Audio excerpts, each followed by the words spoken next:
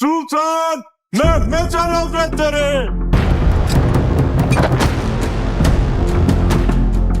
বলো মুহাম্মদ আলীর মা, দাও বাছা, তোমার জান দাও খলিফাকে। এই এক পংক্তি একদিন ভারতবর্ষে মুসলিম জনতার হৃদয় আন্দোলিত করেছিল। খিলাফত আন্দোলনের মূল প্রেক্ষাপটই ছিল অটোমান খিলাফতের পতন। কিন্তু প্রশ্ন থেকেই যায়, কেন পতন ঘটেছিল অটোমান সাম্রাজ্যের? 7 শতকেরও বেশি সময় ধরে এক অদম্য সাম্রাজ্য, যার সূর্য যেন অস্ত যায় না, সেই সাম্রাজ্য কিভাবে এমন করুণ পরিণতির দিকে গড়িয়ে গেল? অটোমান সাম্রাজ্য প্রতিষ্ঠিত হয়েছিল 13 শতকের শেষ ভাগে আনাতোলিয়া অঞ্চলে তুর্কি উপজাতির প্রধান ওসমানের নেতৃত্বে।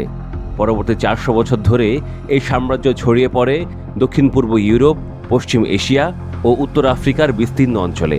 1517 সালে সেলিম প্রথম যখন খিলাফতের দায়িত্ব গ্রহণ করেন, তখন থেকেই অটোমানরা মুসলিম বিশ্বে ধর্মীয় নেতৃত্ব লাভ করে। 1800 ও 1900 শতকে ইউরোপে শিল্প বিপ্লব এবং জাতীয়তাবাদের উত্থান অটোমান সাম্রাজ্যের ভিত্তিকে নাড়িয়ে দেয়। সাম্রাজ্যের অন্তর্ভুক্ত বিভিন্ন জাতিগোষ্ঠী, বলকান, আরব, আর্মেনিয়ান সহ অনেকেই আলাদা জাতিরাষ্ট্র চেয়ে বিদ্রোহ শুরু করে। ইউরোপের শক্তিগুলো, বিশেষ করে ব্রিটেন, ফ্রান্স ও রাশিয়া, এই বিভাজনকে আরও উস্কে দেয় তাদের উপনিবেশবাদী স্বার্থে। 19 শতকের মাঝামাঝি সময় থেকেই ইউরোপীয় গণমাধ্যমে অটোমান সাম্রাজ্যকে বলা হতে থাকে ইউরোপের রুগ্ন মানুষ। দুর্নীতির, প্রশাসনিক ব্যর্থতা, আধুনিকীকরণের অভাব ও অর্থনৈতিক সংকটে সাম্রাজ্য ধীরে ধীরে দুর্বল হয়ে পড়ে। রেলপথ, কারখানা বা আধুনিক সামরিক বাহিনীর অভাব অটোমানদের পিছিয়ে রাখে ইউরোপীয় সাম্রাজ্যগুলোর তুলনায়। প্রথম বিশ্বযুদ্ধে অটোমানরা ভুল কৌশল নিয়ে জার্মানির পক্ষে যুদ্ধে নামে। ফলাফল হয় ভয়াবহ। যুদ্ধ শেষে মিত্রশক্তি, বিশেষ করে ব্রিটেন ও ফ্রান্স, অটোমানদের পশ্চিম এশিয়ায় থাকা গুরুত্বপূর্ণ ভূখণ্ড ভাগ করে নেয়। 1920 সালের সেভর চুক্তির মাধ্যমে অটোমান সাম্রাজ্যের প্রায় পুরো অঞ্চল ছিন্ন ভিন্ন হয়ে পড়ে। এই চুক্তি ছিল অটোমানদের জন্য মৃত্যুনামা। 1924 সালে আধুনিক তুরস্কের স্থপতি মুস্তাফা কামাল আতাতুর্ক খিলাফত প্রথা বিলুপ্ত করেন। তিনি ধর্মনিরপেক্ষ রাষ্ট্রনীতি গ্রহণ করেন এবং অটোমানদের সাম্রাজ্যবাদের শিকড় ছিন্ন করে তুরস্ককে ইউরোপীয় ঘরানায় রূপ দিতে থাকেন।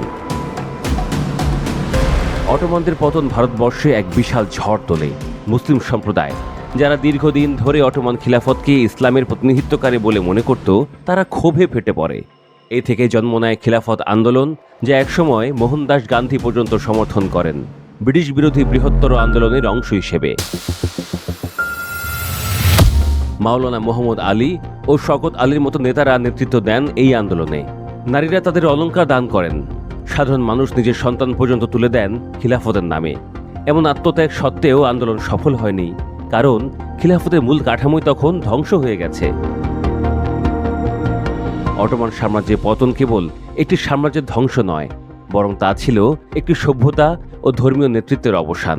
রাজনীতি, আধুনিকতার সামরিক পরাজয় এবং বৈশ্বিক চক্রান্ত সবকিছু মিলিয়ে অটোমানদের পতন এক অনিবার্য বাস্তবতা হয়ে দাঁড়ায়। তবু ইতিহাসে তাদের প্রভাব, বিশেষ করে মুসলিম বিশ্বের রাজনৈতিক চেতনায়, অম্লান হয়ে আছে আজও।